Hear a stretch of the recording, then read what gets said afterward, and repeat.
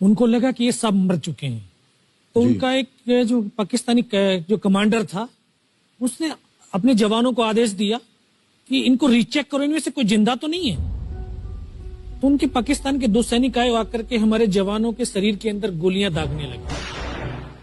तो मैं बेहोश था, लेकिन इतना बेहोश नहीं था कि उनको सुन ना सकूं या देख ना सकूं। तो जो मेरे सामने वाले साथी को जो सीने में आकर 4-4, 5-5 जो राउंड के ब्रस्ट मारे, डेड बॉडी ऐसे उछलती थी ऊपर की तरफ, सामने वाले को मारा, बगल वाले को मारा, मैं भी इस तरह से ऐसे पड़ा हुआ था।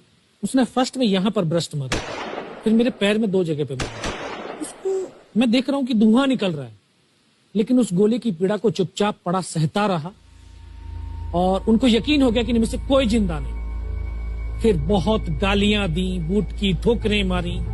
फिर काफी देर के बाद में उनका जो कमांडर था उसने बोला कि इनके वेपन उठा लो, और नीचे जो हिंदुस्तान का पोस्ट है उसके ऊपर दूसरे जो उनके साथी थे उनको सूचना दिया, उसके ऊपर कब्जा हमला कर दो।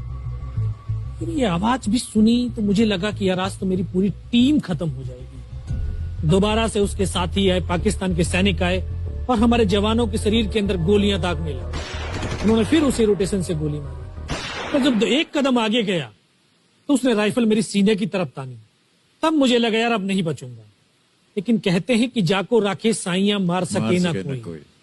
जब उसने गोली चलाई तो यहाँ पे पर्स में 5-5 रुपए के कुछ सिक्के भी थे।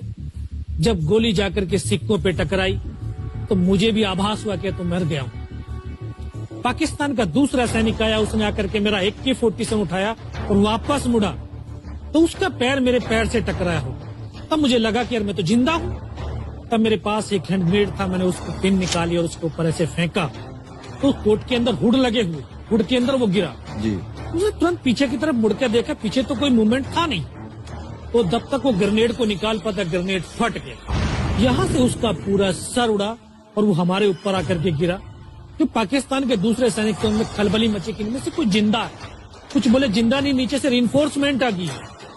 तो उनमें खलबली मची। मेरा पास वही एक मौका था, मैंने दोनों हाथों से उसके राइफल को उठाने की कोशिश करी, ये हाथ हिला नहीं। एक हाथ से राइफल उठाई, वहां से ब्रस्ट फायरिंग किया, 4-5 पाकिस्तानी सैनिकों को मौत की नींद सुला दी। फिर बाएं हाथ से पलटा खाया, दूसरे पत्थर से 3-4 जगह से फायरिंग किया। तो जो उनका मोमेंटम था, जो हौसले थे, परस्त हो चुके थे, वो भाग खड़े। 2-3 मीटर गया, जाके देखता हूँ सामने उनके लंगर चल रहे, उनका लिविंग टेंट बना हुआ, उनके जो हैवी वेपन का डिप्लॉयमेंट था वो सब कुछ वहां पे लगा हुआ। उस समय जहन के अंदर एक ही पागलपन था, अपने साथियों को बचाना। फिर मैं वापस धीरे धीरे रेंगता हुआ अपने साथियों तक आया।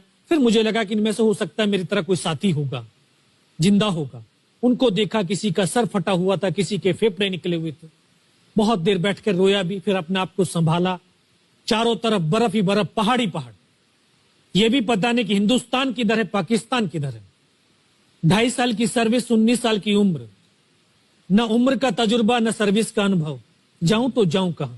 मैं बहुत 500 मीटर लगभग नीचे रोल करता हुआ आया और अपने साथियों जो नहीं चढ़ पा रहे थे दुश्मन की भारी फायरिंग की वजह से, वहां तक पहुंचा। फिर उनको उन्होंने मुझे पकड़ा, वो फर्स्ट एड दिया।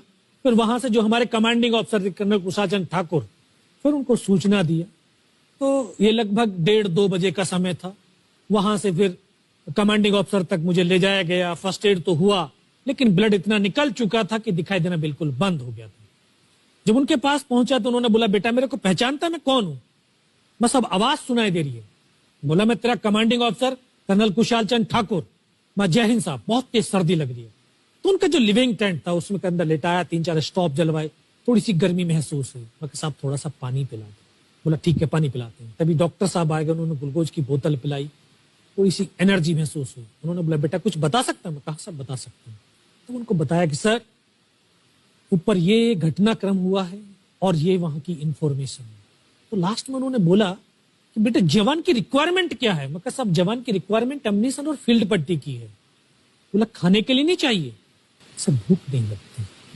बस इतना कहते कहते तभी डॉक्टर ने कौन सा इंजेक्शन लगाया, फिर मुझे पता नहीं कहां पर हूं।